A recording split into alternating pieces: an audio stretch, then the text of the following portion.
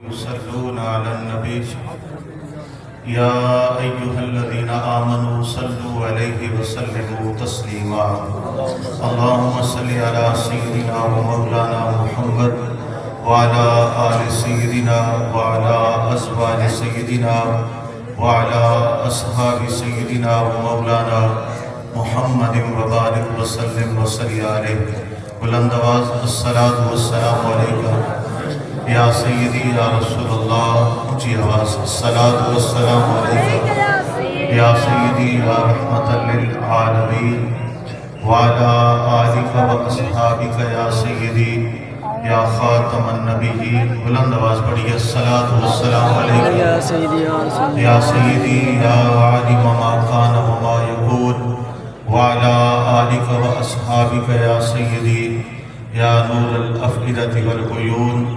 بہت ہی عزت و احترام کے لائق استاد العلماء شیخ طریقت حضرت صاحبزادہ خواجہ محمد عبدالصمد الحسنی الباروی دامت برکاتہم العالیہ، بہت ہی احترام کے لائق شیخ المشائخ محترم جناب حضرت پیر خواجہ محمد صادق حسین الحسنی الباروی دامت برکاتہم القدسیہ، بہت ہی عزت و احترام کے لائق پیر طریقت محترم جناب صاحبزادہ پیر محمد عبدالحکیم صاحب الحسنی الباروی دامت برکاتہم العالیہ، عزت و احترام کے لائق عالم بعمل قاری قرآن آقا پاک علیہ السلام کی درگاہ کے پیارے ثنا خان شیخ طریقت حضرت خواجہ قاری محمد عاشق حسین الحسنی الباروی دامت برکاتہم العالیہ، اسٹیج کے زیب و زینت دیگر معزز علماء ذیشان، دور و نزدیک سے تشریف لائے برادران اسلام، رب کائنات جل مجدہ الکریم کا لاکھ لاکھ فضل و احسان اس عظیم الشان آستانہ عالیہ بارو شریف کی درگاہ پر ذکر اہل بیت و صحابہ کرام علیہم رضوان سننے سنانے کے لیے اللہ کریم نے ہمیں حاضری کا شرف نصیب کیا۔ مالک کائنات ہماری حاضری اپنی بارگاہ میں قبول و منظور فرمائے۔ مجاہد اہل سنت، مجاہد اسلام، شیخ المشائخ، فخر اہل سنت، قبلہ پیر طریقت رابر شریعت خواجہ پیر محمد حسن الحسنی الباروی دامت برکاتہم القدسیہ، سجادہ نشین آستانہ عالیہ پیر بارو شریف، آپ کو اور جملہ صاحبزادگان کو اس عظیم الشان ذکر اہل بیت کانفرنس کے انعقاد پر خراج تحسین پیش کرتا ہوں۔ اللہ پاک ان کی خدمات دینیہ اپنی بارگاہ میں قبول و منظور فرمائے۔ مسلک کے لیے جو خدمت کی ہے، جو مدارس کا قیام کیا ہے، ملک کے طول و عرض میں ہمارے عقیدے کے تحفظ کے لیے جو ان کے سینے میں اللہ کریم نے درد دل رکھا ہے، اللہ پاک ان کو اور زیادہ برکتیں عطا فرمائے، صحت و عافیت کے ساتھ اہل سنت و جماعت پہ تادیر آپ کا سایہ اللہ پاک سلامت رکھے۔ سامعین محترم، آقا پاک علیہ السلام کے ذکر پاک سے لے کر اولیاء کاملین کے عرس تک ہم اپنے اسلاف کے ایام کے حوالے سے دن مناتے ہیں۔ ان کے مقاصد بہت سے ہیں، جن میں سے ایک دو آپ کے سامنے پیش خدمت ہیں۔ پہلی وجہ یہ ہے کہ اللہ والوں کے ذکر میں برکت ہوتی ہے، اور اللہ والوں کا ذکر یہ اللہ پاک ہی کا ذکر ہے، تو جہاں اللہ والوں کے ذکر کی محفل لگتی ہے وہاں تلاوت بھی ہوتی ہے، ذکر بھی ہوتا ہے، نعت بھی پڑھی جاتی ہے، اولیاء کاملین کا، صحابہ و اہل بیت کرام کا تذکرہ بھی ہوتا ہے، اور جہاں ایسا ہو وہاں آنے والا جیسا بھی ہوتا ہے، جب جاتا ہے تو اپنے گناہوں کو بخشوا کر جاتا ہے۔ سبحان اللہ ذرا اونچا کر کے۔ دوسرا، ایسی محافل کے انعقاد کا مقصد اور مدعا یہ ہے کہ ہمارے اسلاف آقا پاک علیہ السلام کے صحابہ کرام اور حضور علیہ السلام کی اہل بیت کرام اور اولیاء کاملین، ان کے زہد اور تقوی کا عالم کیا تھا، ان کا تعارف کیا ہے، وہ کیسی ہستیاں تھیں، کیونکہ آج ہم نے دنیا پڑھی ہے، دین پڑھنا چھوڑ دیا ہے، تو ہمیں اپنے اکابرین کے متعلق بھی معلوم نہیں ہے۔ آج 10ویں 12ویں 14ویں کسی بھی جماعت کا اسٹوڈنٹ قائد اعظم محمد علی جناح کے متعلق تو بہت کچھ جانتا ہے، علامہ ڈاکٹر محمد اقبال کے متعلق تو بہت کچھ جانتا ہے، اور تاریخ پاکستان کے حوالے سے بہت کچھ جانتا ہے، وغیرہ وغیرہ، لیکن آقا پاک علیہ السلام کے صحابہ کرام اور اہل بیت کرام، تاریخ اسلام، ان کے متعلق اس کا علم نہ ہونے کے برابر ہے۔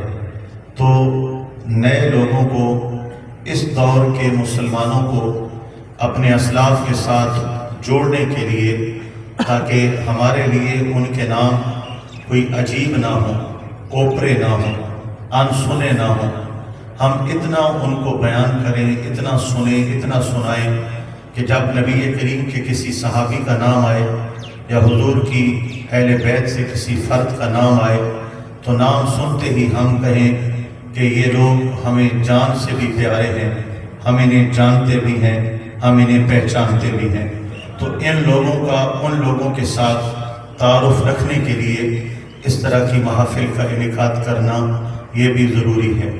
ان میں سے ایک مقصد یہ بھی ہے کہ تاریخ کی وجہ سے کچھ لوگوں نے عقائد کو مسخ کر دیا ہے۔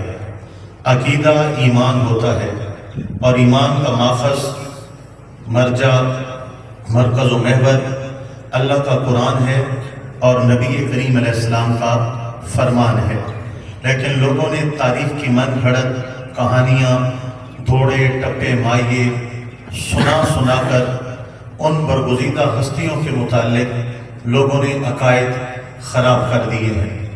عقیدے کی خرابی کی دو صورتیں ہیں۔ ایک یہ کہ اللہ نے ان کو مقام مقبولیت، مثال کے طور پہ آقا پاک علیہ السلام کے صحابہ کرام ہیں، آپ کی آل پاک اہل بیت اطہار ہیں، ازواج مطہرات ہیں، رضوان اللہ تعالی علیہم اجمعین۔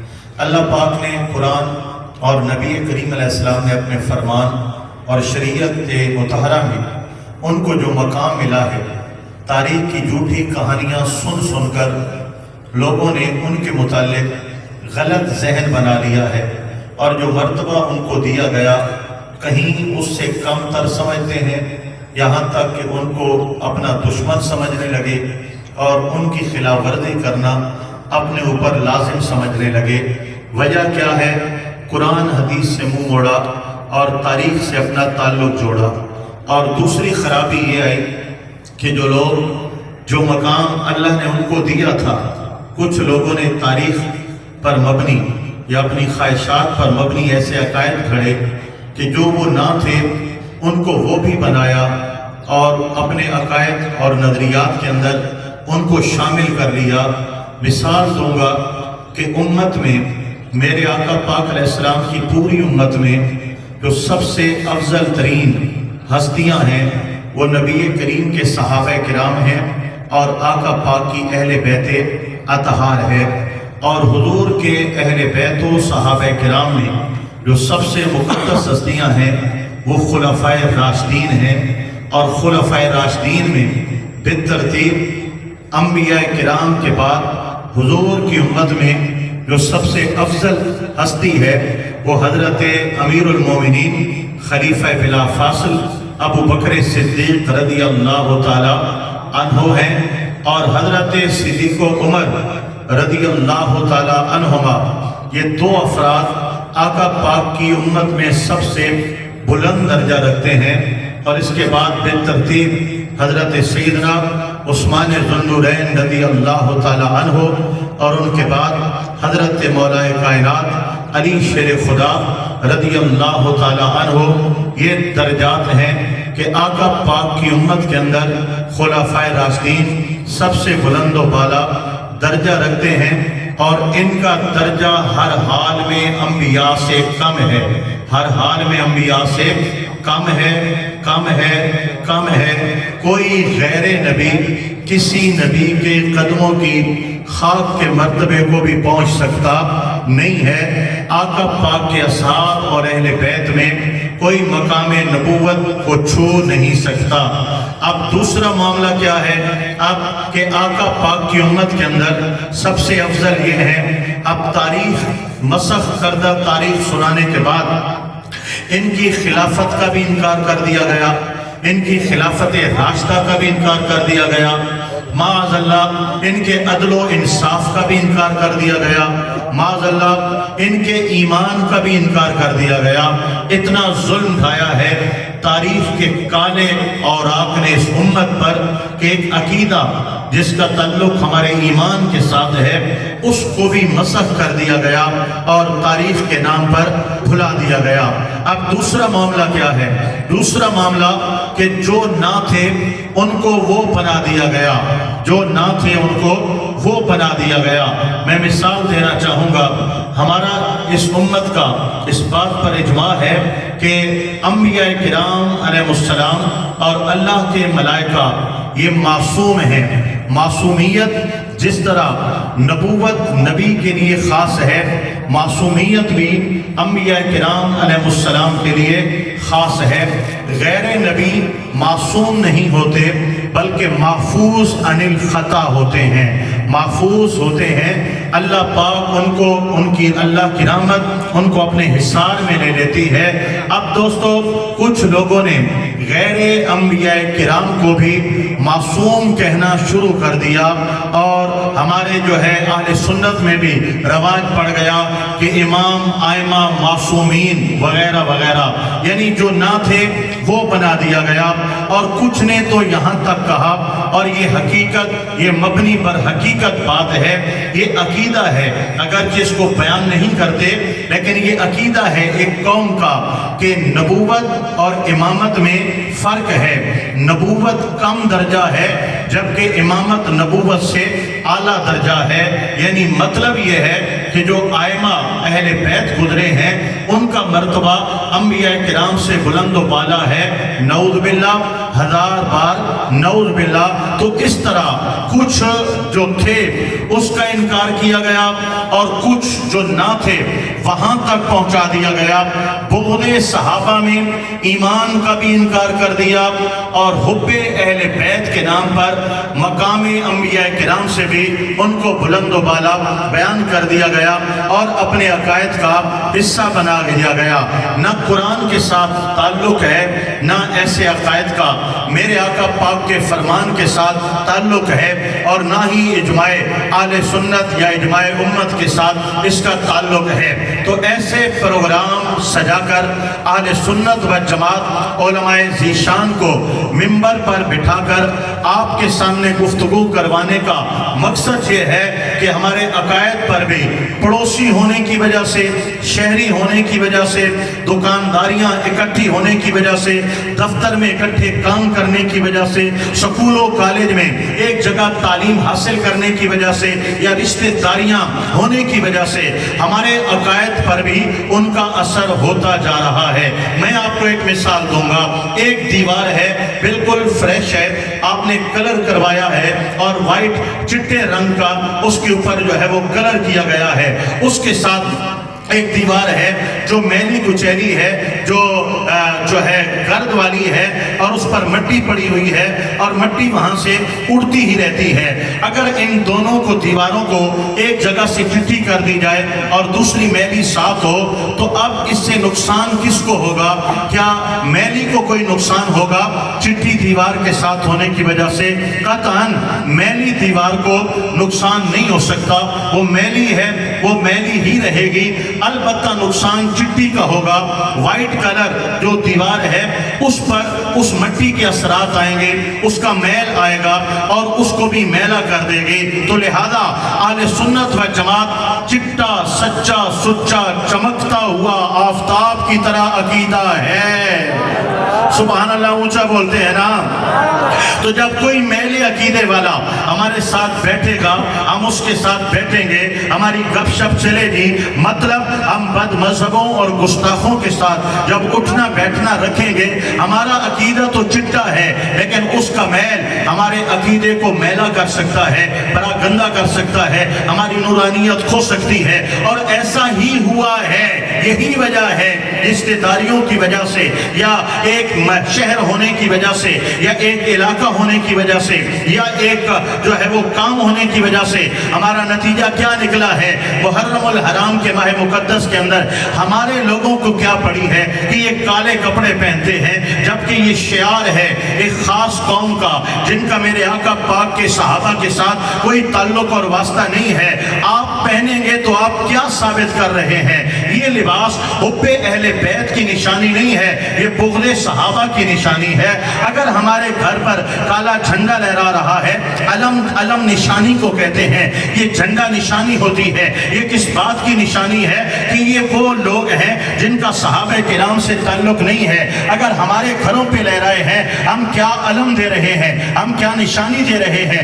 آج اس مقام پر یہ امت کیوں پہنچی ہے؟ صاف ستھرے عقیدے رکھنے والے، پیر سواق لجپال کے چاہنے والے، پیر بارو شریف کے لنگر کے ٹکڑے کھانے والے، اور خواجہ خاجگان پیر پٹھان لجپال کی دستبوسی کرنے والے، تاجدار گولڑا کے در پر حاضریاں کرنے والے، آج ان کو کیا ہوا میرے بھائیوں کہ آج ان کے اندر یہ ملاوٹ نظر آتی ہے، یہ غلط صحبتیں ہیں، یہ عقائد پہ غلط اثرات ہیں۔ یہی وجہ ہے ایسے محافل کا انعقاد کر کر علماء کرام کو یہاں پر بلا کر قرآن و حدیث کا بیان کیا جاتا ہے تاکہ ہماری قوم کو پتہ چلے لوگوں ایک قرآن ہے، ایک حدیث ہے، ایک تاریخ ہے، اور ان کا معیار کیا ہے؟ قرآن اور حدیث یہ ہمارا ماخذ ہے، اس سے ہم عقیدہ لیتے ہیں۔ اور تاریخ کی حقیقت کیا ہے؟ تاریخ کو قرآن و حدیث پہ پرکھا جاتا ہے۔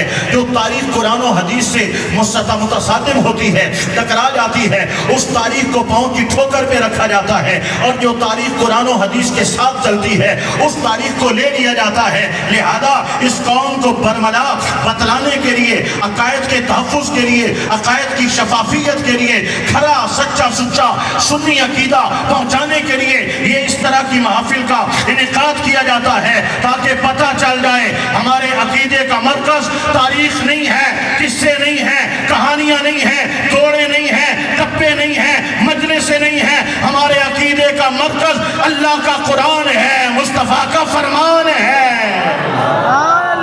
نعرہ کون بڑے سے؟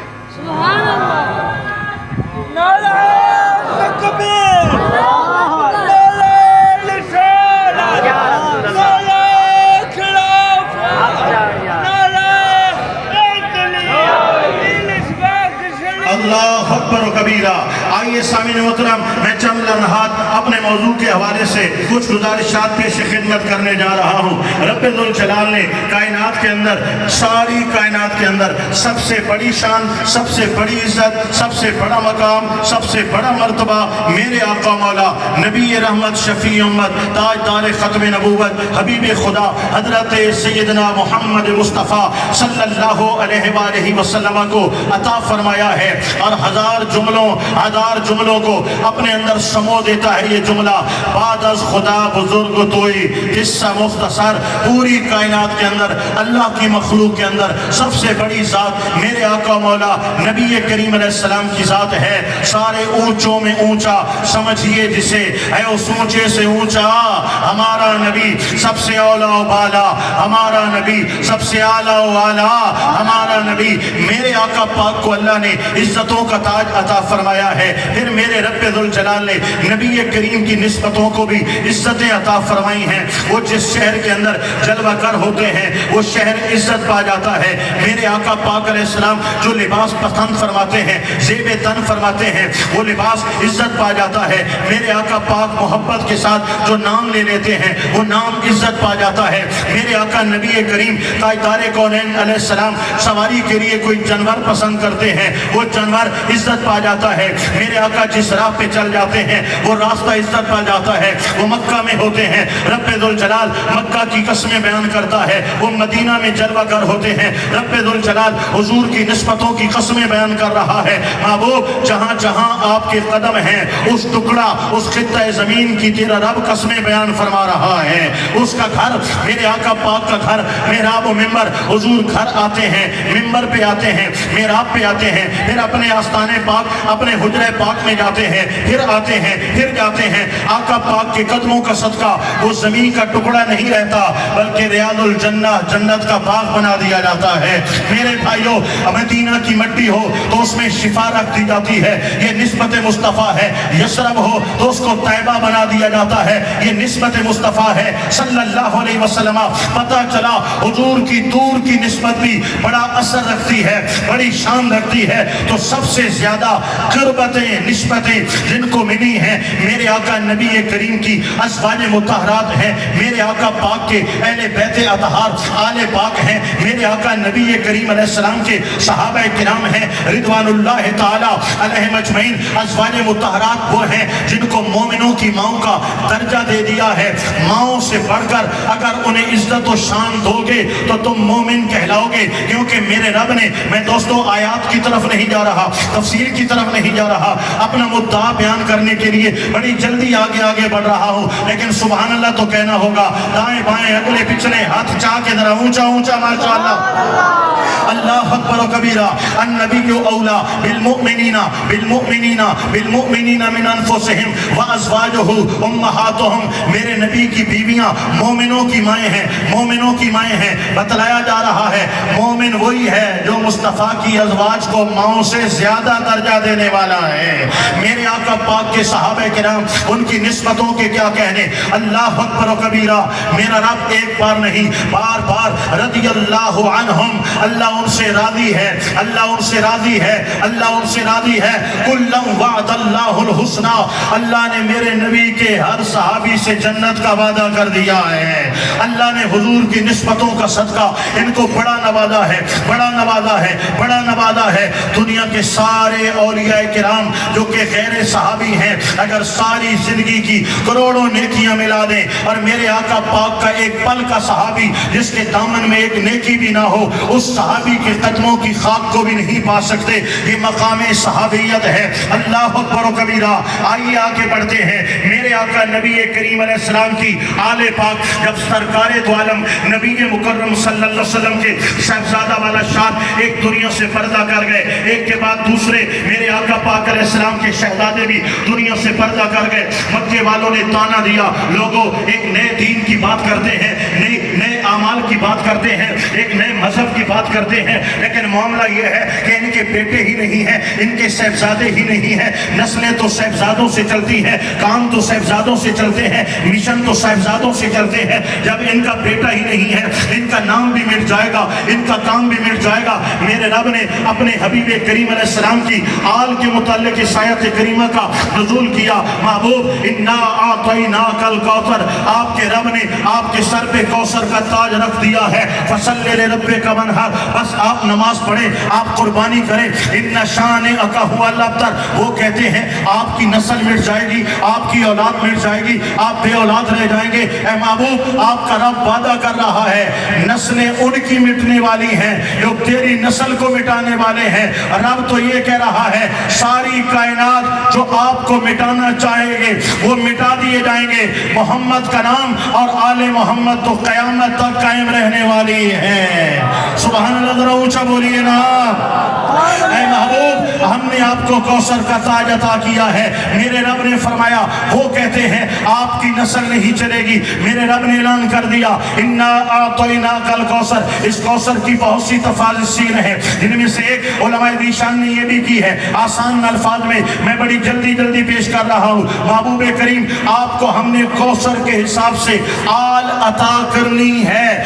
کوثر کیا ہے؟ تھوڑے کو قلیل کہتے ہیں، زیادہ کو کثیر کہتے ہیں، بہت زیادہ ہو جائے تو اکثر کہتے ہیں، اور بہت زیادہ ہو جائے تو کوثر کہتے ہیں۔ محبوب کسی کی اولاد قلیل ہے، کسی کی اولاد کثیر ہے، کسی کی اولاد اکثر ہے، آپ کی اولاد کوثر ہے۔ آئیے کوثر کا معنی سمجھنا چاہیں گے تو ذرا غور کے ساتھ سماعت کرنا۔ اِنَّا أَعْطَيْنَاكَ الْكَوْثَرَ، ہم نے کوثر کے حساب سے آپ کو آل عطا فرمائی ہے۔ لوگوں دنیا میں کتنی قومیں ہیں، کتنی قومیں ہیں، آپ پوچھیں ان کے تانے بانے کہاں تک جاتے ہیں؟ کوئی قوم ایک ضلع تک محدود ہے، ضلع سے باہر اس قوم کا آپ کو نام و نشان نظر نہیں آئے گا۔ کوئی قوم ایک صوبے تک محدود ہے، کوئی ڈویژن تک محدود ہے، کوئی صوبے تک محدود ہے، کوئی بڑی قوم ہے ایک ملک تک محدود ہے، کوئی اس سے بڑی قوم ہے آپ کو 2-4 ملکوں میں اس قوم کے افراد نظر آ جائیں گے۔ لیکن خدا کی قسم ہے آپ کو ایسی قوم نظر نہیں آئے گی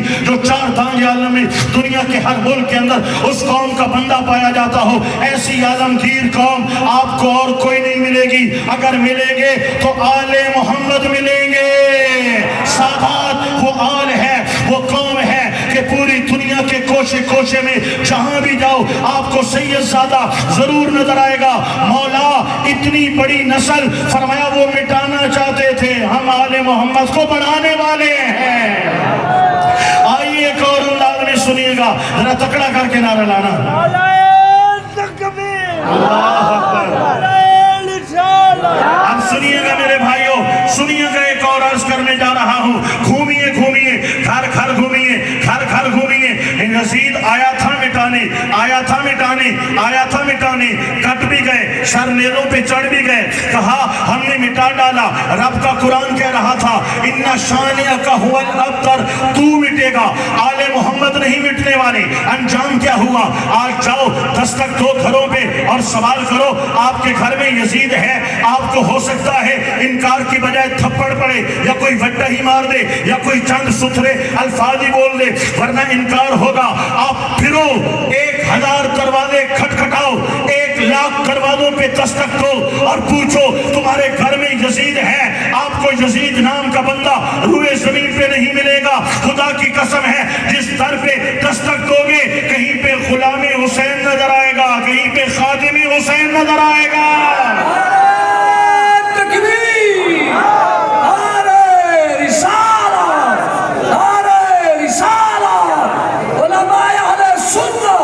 آئیے میرے بھائیوں، میں اس آیت سے اب آگے چند الفاظ پیش کرنے جا رہا ہوں اور جو ہے اپنی گفتگو کو مدعا کی طرف لے جانا چاہتا ہوں۔ ذرا بلند آواز سے بولیے گا سبحان اللہ۔ میرے آقا نبی کریم علیہ السلام کی آل وہ آل ہے، میرے رب نے وعدہ کیا محبوب انا اعطیناک الکوثر، اور یہ وعدہ ایسا تھا مکے والے کہہ رہے تھے آپ کا بیٹا نہیں ہے، آپ کی نسل کیسے چلے گی؟ میرے رب نے فرمایا پریشان نہیں ہونا اے محبوب مکرم صلی اللہ علیہ وسلم، سیدہ طیبہ عابدہ زاہدہ خاتون جنت فاطمہ الزہرا رضی اللہ تعالی عنہا، ہم نے آپ کو ایسی لخت جگر شہزادی عطا فرمائی ہے جو دنیا کے کروڑوں بیٹوں سے افضل ہے، اعلیٰ ہے، ملکہ کونین ہے، ملکہ جنت ہے۔ اے محبوب لوگوں کی اولاد بیٹوں سے چلتی ہے، آل محمد سیدہ کائنات سے چلنے والی ہے۔ یہ میرے آقا نبی کریم کے گھرانے کو رب نے شان عطا فرمائی ہے۔ حضرت سیدہ کائنات کی آل کو آل محمد کہا جاتا ہے۔ بڑی توجہ دینا، حضرت سیدہ کائنات خاتون جنت فاطمہ الزہرا رضی اللہ تعالی عنہا کی اولاد کو آل محمد کہا جاتا ہے۔ حضرت مولا کائنات علی شیر خدا مشکل کشا اسد اللہ الغالب حضرت علی ابن ابی طالب رضی اللہ تعالی عنہ، آپ کی اور شادیاں بھی ہیں اور اولادیں بھی ہیں۔ کربلا میں حضرت علی پاک کے 7 بیٹے قربان ہوتے ہیں۔ بڑی توجہ دینا، آپ کی آل آپ کی نسل آج تک جاری ہے، لیکن حضرت علی کی نسل کو بڑی توجہ دینا جو اور آپ کی بیویوں سے ہے ان کی اولاد کو علوی کہا جاتا ہے، ہاشمی کہا جاتا ہے، قریشی کہا جاتا ہے، لیکن آل آل محمد وہ ہیں جو حضرت سیدہ کائنات کی آل سے آ رہے ہیں۔ اللہ اکبر و کبیرہ۔ یہ میرے آقا مولا نبی کریم علیہ السلام کی آل کو اللہ نے عزتوں کا تاج عطا فرمایا ہے۔ آئیے سامعین محترم، جو کہ یہ محفل شہدائے کرب و بلا رضوان اللہ تعالی علیہم اجمعین کے حوالے سے یہاں پر انعقاد پذیر ہے، تو ان کی بارگاہ میں خراج تعظیم پیش کرنے کے لیے میں چند کلمات پیش خدمت کر رہا ہوں۔ اللہ اکبر۔ کربلا تو قائم ہوئی ہے، بڑی توجہ دینا، کربلا تو قائم ہوئی ہے بہت دیر بعد، لیکن میرے آقا نبی کریم علیہ السلام نے اپنے اس نواسے کی تربیت مدینہ پاک کے اندر بچپنے کے اندر فرمائی ہے۔ رسول خدا صلی اللہ علیہ وسلم نے حسنین کی جوڑی رضی اللہ تعالی عنہما، دونوں کے نام میرے آقا پاک نے خود رکھے، دونوں کے کانوں میں اذان و اقامت میرے آقا پاک علیہ السلام نے خود فرمائی، دونوں کو گھٹی اپنے لعاب دہن کی اور چھوارے چوس کر میرے آقا پاک علیہ السلام نے خود عطا فرمائے۔ بڑی توجہ کے ساتھ بات سماعت کیجئے گا، میرے آقا نبی کریم نے ان کو نام بھی دیے ہیں، ان کو گھٹی بھی دی ہے۔ دوستو، نیک آدمی سے گھٹی دلواتے ہیں، وجہ کیا ہے؟ گھٹی کا اثر ہوتا ہے کسی ذکر والے، کسی درود پاک پڑھنے والے، کسی نرم مزاج با اخلاق سنی مسلمان عالم دین ہو یا پیر فقیر ہو، اس کی گھٹی دلوائی جاتی ہے تاکہ اس کا اثر رہے گا۔ گھٹی کا اثر ہوتا ہے۔ یہ حضرت امام حسن ہے، یہ حضرت امام حسین ہے، ان کی نسبتوں کے کیا کہنے، ان کا خاندان بھی خاندان رسول ہے، ان کا خون بھی خون رسول ہے، اور میرے آقا نبی کریم علیہ السلام نے ان کو گھٹی بھی اپنے لعاب کی عطا فرمائی ہے، گویا ان کی گھٹی بھی لعاب رسول ہے۔ کتنی مشابہت ہے، کتنی نسبتیں ہیں۔ پھر میرے آقا نبی کریم نے جو محبتوں سے نوازا، ان کو جنت کے پھول قرار دیا، خوشبو سونگتے ہیں، کبھی امام حسن کی، کبھی امام حسین کی۔ یا رسول اللہ، ہم نے یہ تو دیکھا ہے ماتھا چوما جاتا ہے، آپ نے ماتھا چوما، گردن کو چوما جاتا ہے، آپ نے گردن کو چوما، ہم نے یہ سونگنے والا پیار نہیں دیکھا۔ میرے آقا پاک نے فرمایا یہ جنت کے پھول ہیں، مجھے دونوں سے جنت کی خوشبو آتی ہے۔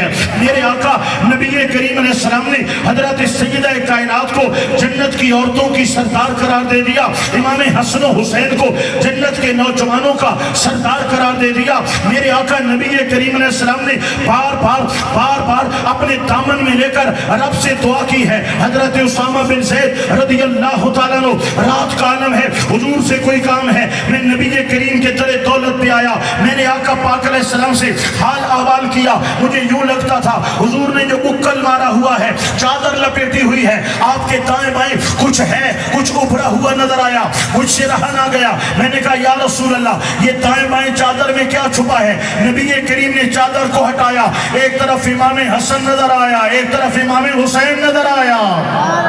سبحان اللہ، مٹھا ہے، مزہ نہیں آ رہا، ذرا چنگا تکڑا اللہ اکبر و کبیرہ۔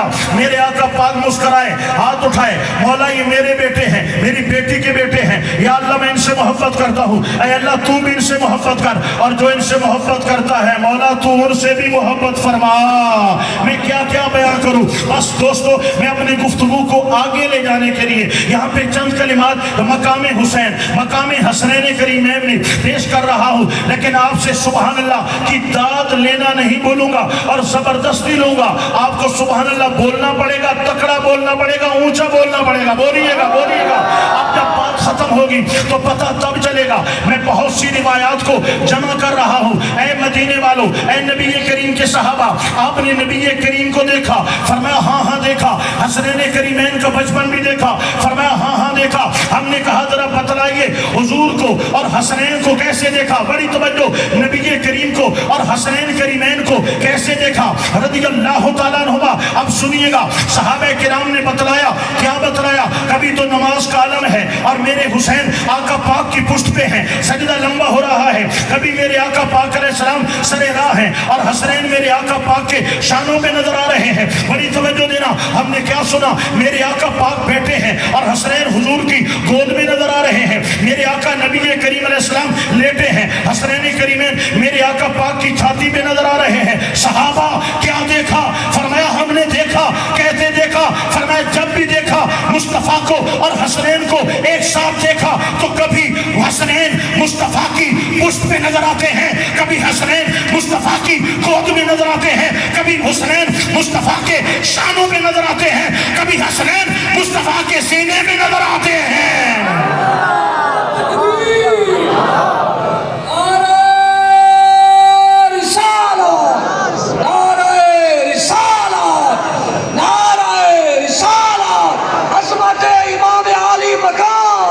اللہ اکبر و کبیرہ۔ میرے آقا پاک کے ایک مقام آپ کی مبارک گود کے اندر، ایک طرف حضرت ابراہیم میرے آقا پاک کے لختے لختے جگر آپ کے شہزادے جلوہ گر ہیں، دوسری طرف امام حسین رضی اللہ تعالیٰ عنہ جلوہ گر ہیں۔ میرے آقا ادھر بھی پیار ادھر بھی پیار، اچانک چہرہ غمگین ہو گیا۔ یا رسول اللہ یہ غم کے آثار کیسے ہیں؟ فرمایا جبریل آئے ہیں، سوال کیا ہے یا رسول اللہ یہ دونوں شہزادے ہیں، آپ کے بیٹے ہیں، یہ دونوں آپ کو پیارے ہیں۔ رب ذوالجلال کہتا ہے یہ دونوں نہیں رہنے والے، ایک اپنے پاس رکھنا ہوگا، ایک ہمیں دینا ہوگا۔ یا رسول اللہ آپ نے فیصلہ کیا کیا ہے؟ فرمایا اگر یہ ابراہیم ہیں یہ میرے بیٹے ہیں، اگر یہ جاتے ہیں میرا دل ٹوٹے گا، یہ حسین ہیں یہ میری بیٹی کے بیٹے ہیں، اگر یہ دنیا سے جاتے ہیں میرا دل بھی ٹوٹے گا، حضرت سیدہ کائنات کا دل بھی ٹوٹے گا، حضرت علی کا دل بھی ٹوٹے گا، لہذا میں نے حسین کے لیے اپنا بیٹا پیش کر دیا ہے۔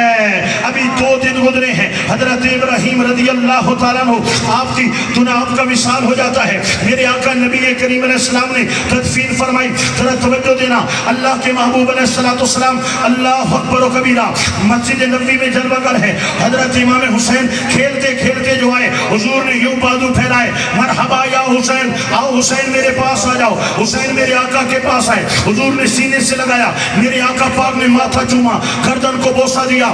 اللہ کے نبی نے فرمایا صحابہ یہ میرے حسین ہیں۔ یا رسول اللہ ہم جانتے ہیں حسین ہیں۔ فرمایا کون حسین؟ یا رسول اللہ کون حسین؟ فرمایا وہ حسین جس پر محمد نے اپنا بیٹا قربان کر دیا ہے، وہ حسین۔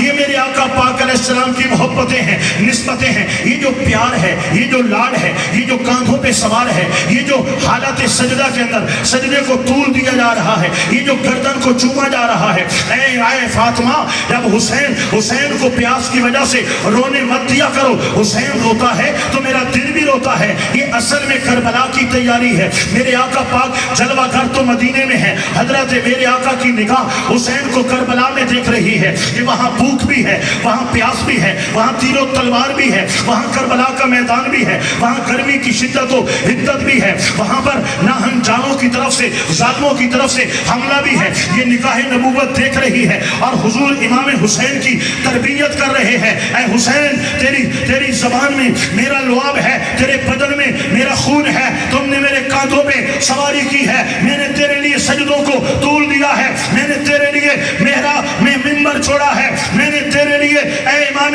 حسین میں نے تیرے لیے تیری عزتوں اور عظمتوں کا بیان کیا ہے۔ ایک آڑا وقت آئے گا، کربلا کا میدان ہوگا، وہاں پر پایا استقلال میں جنبش مت آنے دینا۔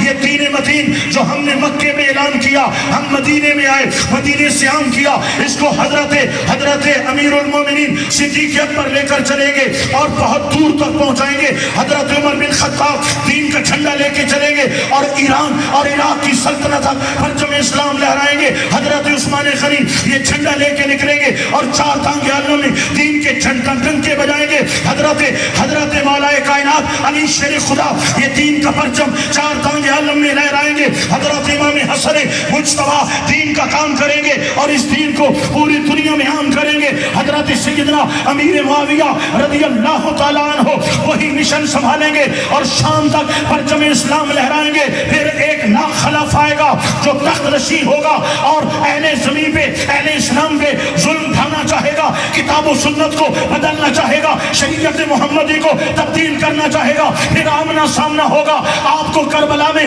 روکا جائے گا۔ ایک طرف 72 ہوں گے، ایک طرف ہزاروں ہوں گے۔ حسین وہاں پر خون رسول کا حق ادا کرنا ہے، لعاب رسول کا حق ادا کرنا ہے۔ بتلا دینا دنیا کو کہ امام حسین نے محمد عربی کے خون کا بھی حق ادا کر دیا ہے، حضور کے کاندھوں کی سواری کا بھی حق ادا کر دیا ہے۔ سبحان اللہ۔ حسینیت زندہ باد، حسینیت، حسینیت، یزیدیت، یزیدیت۔ یا حسین یا حسین۔ ہاں جناب، چونکہ تو اس لحاظ سے کہ جب آپ کے اگلے مہمان آئیں تو مجھے موضوع سمیٹنے میں کوئی پریشانی نہ ہو، میں بس آگے بڑھتا جا رہا ہوں۔ سبحان اللہ واتی نوادے میں اللہ اکبر و کبیرہ، سبحان اللہ۔ اتنے نعرے لگ دیں تکڑے ریکھا نعرہ سناؤ، کھنیے مائے کے نعرہ لاؤ، مزہ آونی۔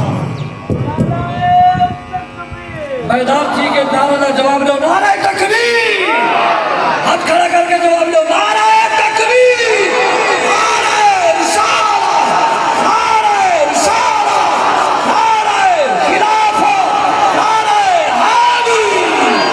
آستانہ عالیہ پیر سوال شریف، آستانہ عالیہ پیر بارو شریف، علماء اہل سنت، تاجدار ختم نبوت، کربلا کا شاہ حسین، کربلا کا شاہ حسین، کربلا کا شاہ حسین، کربلا کا شاہ حسین۔ ماشاءاللہ ماشاءاللہ ماشاءاللہ۔ استاد العلماء علامہ بشیر باروی صاحب یہ سارا پیٹرول ساری بیٹری چارج کر رہے ہیں۔ اللہ پاک آپ دا سایہ سارے تے قائم اور دائم فرماوے در اونچا سبحان اللہ۔ ہاں جناب، یزید جب تخت نشین ہوا، دور دور سے اسلامی سلطنت لاکھوں مربع میل تک پھیلی ہوئی تھی، تو اس نے سینکڑوں علاقوں سے اپنی بیعت لی، اپنے پیغام بھیج کر، اپنے نمائندے بھیج کر۔ ہزاروں لاکھوں لوگ اس کی بیعت کر چکے تھے، لیکن مرکز اسلام مدینہ تھا۔ جب تک مدینے سے مہر نہیں لگے گی یزید کو امیر المومنین کوئی نہیں مانے گا۔ اس نے مدینہ پاک پیغام بھجوایا کہ مجھے 3 آدمیوں کی بیعت چاہیے، حضرت امام حسین ابن علی، حضرت عبداللہ ابن عمر، حضرت عبداللہ ابن زبیر رضی اللہ تعالیٰ عنہم۔ ان 3 لوگوں کی مجھے بیعت چاہیے، ہر حال میں ان کی بیعت چاہیے۔ یہ بیعت کرنے سے انکاری ہیں۔ وجہ یہ ہے کہ یزید شراب کا دل دادا ہے، یزید بے نماز ہے، یزید شریعت محمدی کا مخالف ہے، سنت رسول کا باغی ہے، بے حیائی کو فروغ دینے والا، جوا بازیاں قمار بازیاں کرنے والا، بدکاریاں کرنے والا یزید اپنی سیاہ تخت پر حضور کے آل و اصحاب کی مہر ثبت کروانا چاہتا ہے، اور ان تینوں نے بیعت سے انکار اس لیے کیا کہ یزید کالے کرتوتوں والا، کالے چہرے والا، کالے اعمال والا، اگر ہم نے اس کی بیعت کی تو لوگ دلیل بنا لیں گے کہ یزید غلط ہوتا تو حسین بیعت کیوں کرتے، یزید غلط ہوتا تو عبداللہ ابن عمر بیعت کیوں کرتے، یزید غلط ہوتا تو حضرت عبداللہ ابن زبیر بیعت کیوں کرتے رضی اللہ تعالیٰ عنہ مجمعین۔ لہذا تینوں نے بیعت سے انکار کر دیا، مشورہ کیا اور مشورہ یہ طے پایا، حضرت عبداللہ ابن عمر بڑی توجہ کے ساتھ آپ نے وہیں رہنا پسند کیا مدینہ پاک کے اندر، اور کہا اگر یزید نے حملہ کروایا ہم مقابلہ کریں گے۔ حضرت امام علی مقام، حضرت عبداللہ ابن زبیر، انہوں نے ہجرت کا ارادہ کیا، مدینہ طیبہ سے مکہ پاک بما خاندان اہل و عیال کے وہاں روانہ ہو گئے۔ کون کہتا ہے کہ جب یزید نے بیعت مانگی تو حسین تنہا رہ گئے اور صحابہ کرام نے بیعت کر لی؟ سن لو، یہ 3 لوگ تھے، حضرت عبداللہ ابن عمر، حضرت عمر بن خطاب کے بیٹے ہیں، حضرت عبداللہ ابن زبیر حضرت ابو بکر صدیق کے نواسے ہیں، آپ کی شہزادی حضرت سیدہ حضرت آپ کی شہزادی حضرت سیدہ اسماء کے بیٹے ہیں، اور میرے امام علی مقام سیدہ کائنات خاتون جنت کے شہزادے ہیں۔ تو سن لو، ان تینوں نے ان کر کے بتلا دیا ہے کہ خبردار تاریخ کے کالے ورق تمہیں پترا نہ کر دیں. تینوں نے انکار کر کے بتا دیا ہے یزید کے خلاف جو موقف حسین کا ہے وہی موقف حضرت عمر بن خطاب کے بیٹے کا ہے, صدیق اکبر کے پوتے کا ہے.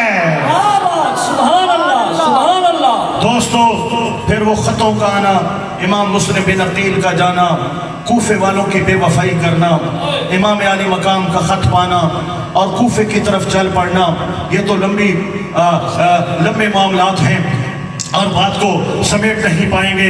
میرے امام علی مقام جب کربلا میں تنہ تنہا کھڑے تھے اور سامنے ہزاروں کا لشکر کھڑا تھا تو ایک ہی تکرار تھی, یزید کی بیعت کر لیں, آپ کو دولت بھی ملے گی, آپ کو عالی شان محلات بھی ملیں گے, آپ کو ماہانہ وظائف بھی ملیں گے, آپ کو دنیا کی ہر سہولت دی جائے گی, آپ کو کسی خطے کی گورنری یا سرداری بھی دی جائے گی. میرا امام علی مقام وہاں پہ برملا کہہ رہا تھا, اے کوفے والو, اے یزید کی طرف سے ہم پر چڑھائی کرنے والو, میں حسین ابن علی ہوں, میری رگوں میں خون رسول ہے, میں یہاں پر دین کو بیچنے نہیں آیا ہوں, دین محمدی کو بچانے آیا ہوں, دین محمدی کو بچانے آیا ہو.